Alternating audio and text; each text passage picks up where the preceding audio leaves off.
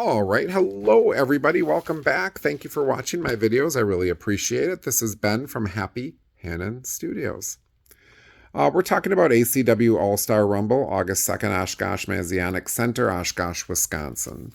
We're going to the last match of the night. We are going to talk about the 30 competitor Rumble. The winner earns a heavyweight match at 11th anniversary show. So first of all, of course, to me, it was a very cookie cutter. You know, it's what you see in any Rumble. The Royal Rumble, of course, being the biggest one. Each wrestler who came in got to do his or her move, and to a couple different people. Maybe eliminate if they're one of the people who got to eliminate. Aside from a few people that didn't really get to do that, pretty much everybody did. Unlike the Rumble in WWE, where there's always a few surprises, some bigger than others, some cooler than others. I don't know ACW as well as some others, but I didn't think there were any surprises just based off the audience reaction. It didn't seem like any big surprises. Some of the wrestlers well-known. I mean, if you watch the video, you'll see some of them are super well-known. Others didn't get much of a reaction. Got some sympathy reaction. Just a real sympathy reaction. Like, oh, yay, you're in the Rumble. Congratulations. So definitely some things to talk about. Kayvon Lee, undefeated, 10-0, up until this match. He got eliminated by Brock Hall. Now, Brock Hall shouldn't have been in the ring because Brock Hall is a cheater. A cheater. Got eliminated and then jumped in and eliminated Mr. Lee. Shouldn't have done that, but he did. The refs didn't see that Brock Hall got eliminated, but they did see that Kayvon Lee got eliminated.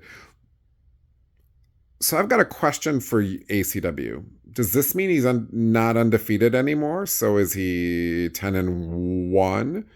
Did he lose his undefeated streak? Or does it not count because it's not a singles match? Or does it not count because Brock Hall's a cheater and shouldn't have been in the ring? But he still didn't get to come back in the match. So is he now 10-1? Did that undefeated streak end at 10? Or again, does it not count because it wasn't a singles match? Questions. I have questions. Oh, what else? Brock Hall, like I said, cheater, pumpkin eater. Like I said, a lot of spot fest, which is typical of a Rumble. Some really cool stuff in that. So Randy Fitzsimmons, after surveying the land and seeing the Bakers and Shane Hills in there, eliminated himself. After shaking Roy's hand, he wanted none of it. I guess getting a shot at the heavyweight title just wasn't quite enough. Steve Sawyer also eliminated himself, but for a completely different reason. He was being chased by Shane Hills, who had murder in his eyes. Because earlier in the match, Steve Sawyer eliminated Shane Hills when he wasn't supposed to be in there. Because again, he also is a cheater, pumpkin eater. What else? Oh, question for Gen Z and Story Denali. So you came out with Roy, and it was really cool because you kept Roy in that match far longer than he should have been by using some very creative moves. Keep him in there. Really cool. But you didn't come out with Preston Palmer. Do you not like Preston? Are you in a relationship with Roy, and that's why you're with Gen Z more for Roy than Preston? You're Preston's manager too. So just kind of curious why you didn't come out with Preston as well. Again, Ben's got questions. But yeah, all in all, a great match. Salem Crane did end up winning. It was the last two were Salem and Colin Brooks, and Salem won. Fans loved it. Not a lot of other people I could have seen winning the match that needed that win. Salem, I feel like he needs a a startup again, kind of get them something to fight for. So Stacey Shadows was in the match. That was fun. Brooke Tanner was in the match. Little stretch of believability when she's beating up on the Bakers. The Bakers could, not, again, sometimes you have to suspend believability that she could beat up on the Bakers.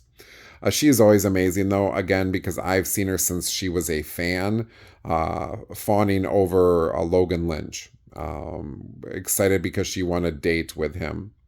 And now she's a badass. Definitely a badass. Would love to see her versus Story Denali. That would be a fun match. But yeah, so it was it was a good Rumble for what it was. Without those surprise entrances, it took a little bit away. And a bit predictable about who was absolutely not going to win, who was in there as fodder, and who had a chance to win. I will never be used to the Spectre as a good guy with people cheering for him. I am very used to him being a bad guy, so that's always very weird for me. So I did give the match a 7 out of 10. It was a good match, but not great. So that is my review of all the matches now across the board. A good night of wrestling. Always difficult for me because I'm not a regular in ACW to be really invested, which, isn't something different than now in HWE for me. So I hope you enjoyed this video. If you did, hit the thumbs up, like, subscribe, all that good stuff that you will do every time with social media if you like the video. Next up will be Match of the Night. Don't think you guys will be very surprised of who I picked for that. And following that will be Most Impressive Performer. If I don't see you again today, good morning, good afternoon, and good night.